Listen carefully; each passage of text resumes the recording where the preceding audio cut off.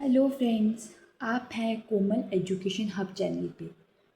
जैसा कि अपन ने अपनी जो पहले की दो वीडियोस थी उसमें हमने इस पूरे चैप्टर को अंडरस्टैंडिंग डाइवर्सिटी को अच्छे से समझा और आई होप कि आपने उस चैप्टर को समझते हुए अपने खुद के नोट्स भी बनाए होंगे, क्योंकि जब आप इस चैप्टर को वापस से रिवाइज करने बैठेंगे तो जब आप अपने नोट से इसका रिवीजन करेंगे तो आपको कम टाइम में ये पूरा चैप्टर आसानी से रिवाइज हो जाएगा।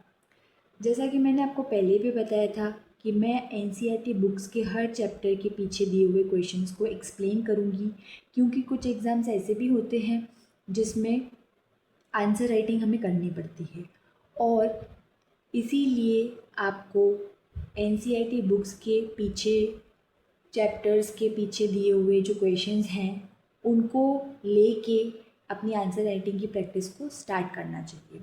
तो अपन बिना टाइम वेस्ट किए मैं आपको ये पहला क्वेश्चन समझाती हूँ। Draw up a list of different festival celebrated in your locality, which of these celebrations are shared by members of different regional and religious community.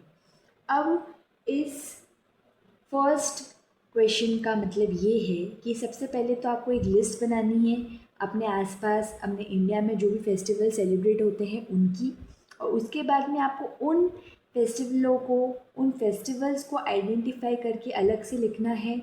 जो कुछ फेस्टिवल जो लोग होते हैं वो साथ में मिलकर मनाते हैं और अपने तरीक़ों को अलग ना करते हुए एक तरीक़ों से उन फेस्टिवल को सेलिब्रेट करते हैं।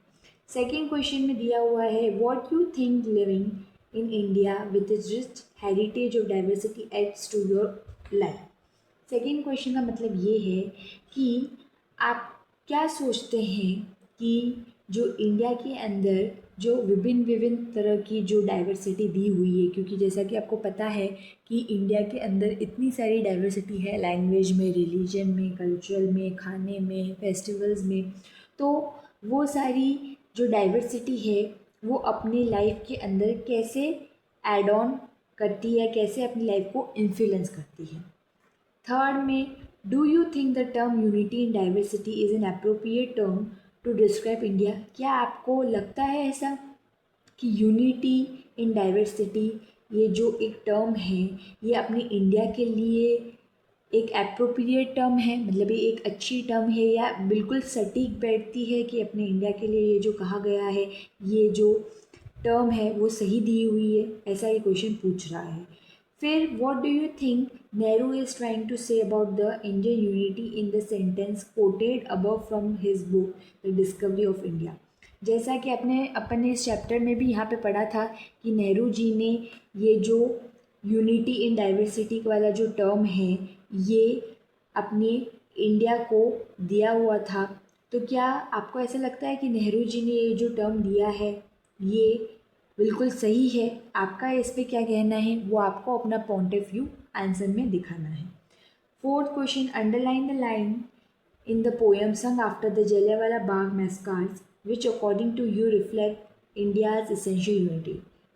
फोर्थ क्वेश्चन में आपको ये दिया हुआ है कि जो पोएम जो गाई गई थी जलियांवाला बाग इंसिडेंट होने के बाद में, जैसा कि अपन ने इस बुक में भी पढ़ा था कि यहाँ पे ये जो पोएम दी हुई है इसमें आपको ऐसी लाइन्स को हाईलाइट करना है, ऐसी लाइन्स को अंडरलाइन करना है जिसमें आप ये बता सको जो लाइन्स इंडिया की जो यूनिटी है, इंडिया के अंदर जो इसेंशियल यूनिटी है उसको शो करती हो, ऐसी लाइन्स को आपको अंडरलाइन करना है और आपको अपने आंसर में शो करना है।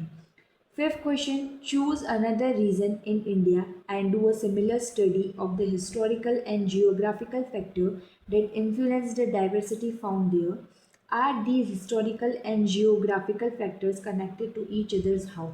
इस फिफ्थ क्वेश्चन का मतलब ये है कि सबसे पहले तो आपको इंडिया के अंदर ही एक ऐसा रीज़न सिलेक्ट करना है और उस पर स्टडी करनी है, उसके जो हिस्टोरिकल और जोग्राफिकल जो फैक्टर्स हैं जो इन्फ्लुएंस करते हों वहाँ की डाइवर्सिटी को, ऐसे एक रीज़न को लेके आपको उस पर स्टडी करनी है और फिर आपको ये बताना है उसके उस जगह के यहाँ पे या उस रीजन के वहाँ पे जो हिस्टोरिकल और जोग्राफिकल फैक्टर्स कैसे इन्फ्लुएंस करते हैं और वो आपस में कैसे कनेक्टेड है।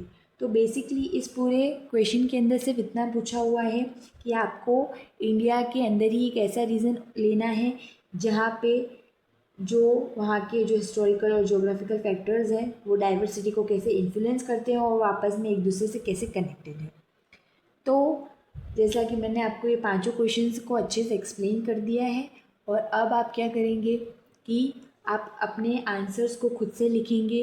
इन आपको खुद को भी अच्छे से समझ में आएगा कि आपकी जो आंसर राइटिंग की प्रैक्टिस है वो कहाँ तक पहुँची है। So thank you.